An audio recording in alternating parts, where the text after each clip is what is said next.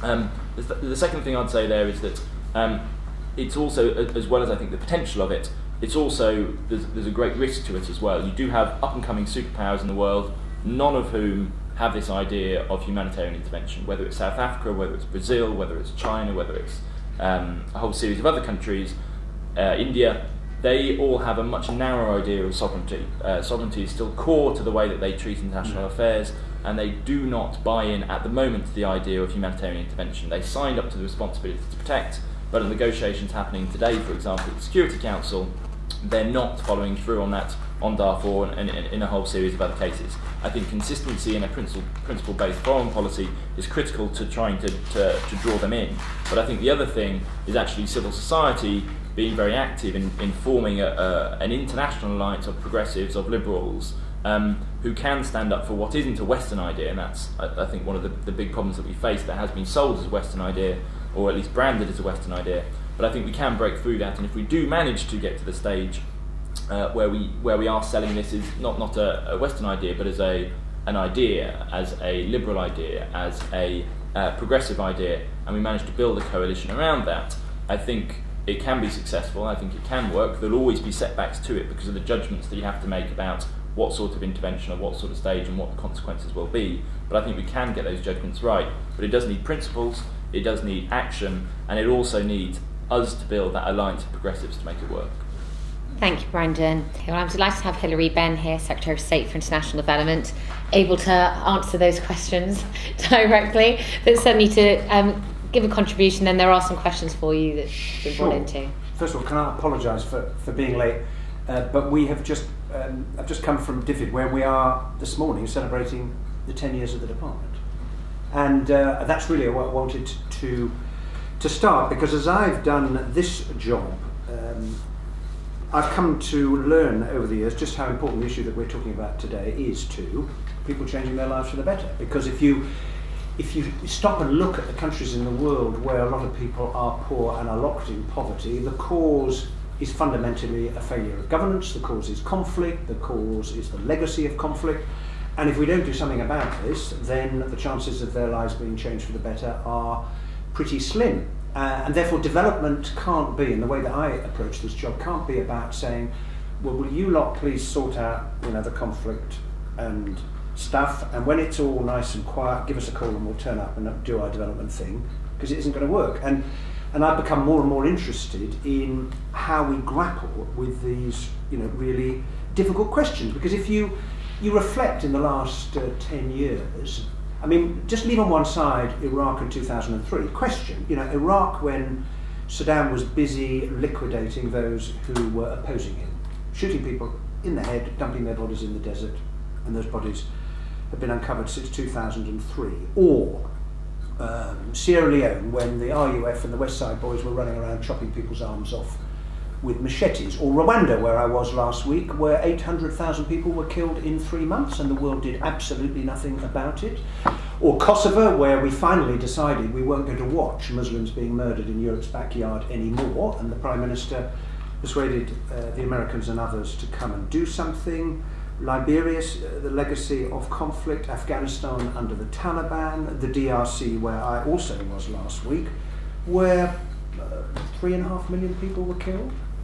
They were either killed because of violence, a minority, majority because of disease, in a country that's been raped and pillaged first by its colonial masters, then by its neighbouring countries, and by some Congolese. And all of these examples raise, a really difficult question, which is what we're discussing today, is what do we do as a world when these things happen? Now, Darfur is a really current example of that, and I suppose, picking up your point, Brendan, why aren't there more people out on the street demonstrating? I really hope it isn't, because it's not an issue that you can beat up on the governments of the United Kingdom and the United States of America. Because apart from the African Union, who have done a really important job, and I'll come back to that, you couldn't name two other countries that have done more to try and get the world to do something about Darfur than the US and the UK.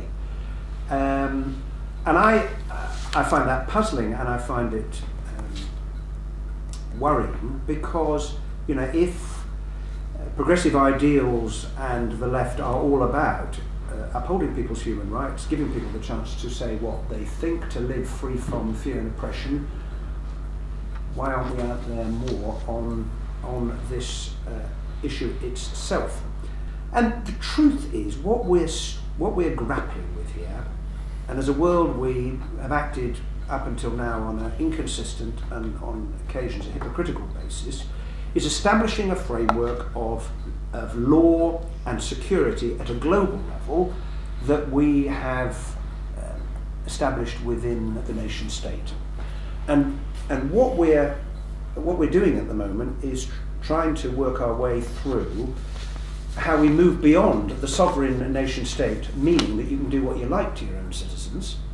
And you don't have to go that far back when people would say, I know it's terrible, but it's a civil war, what can we do? And it frankly isn't good enough. One, because human beings suffer. What is the Charter of the UN about? What is the UN Declaration for Human Rights about if it's not applying those principles to people? And if you were about to be shot dead in the deserts of Iraq, or you were about to have your head cut off by a machete and you were dimly aware of the UN Declaration of Human Rights, people might say to the world, fantastic principles, and when are you going to come and apply them to me?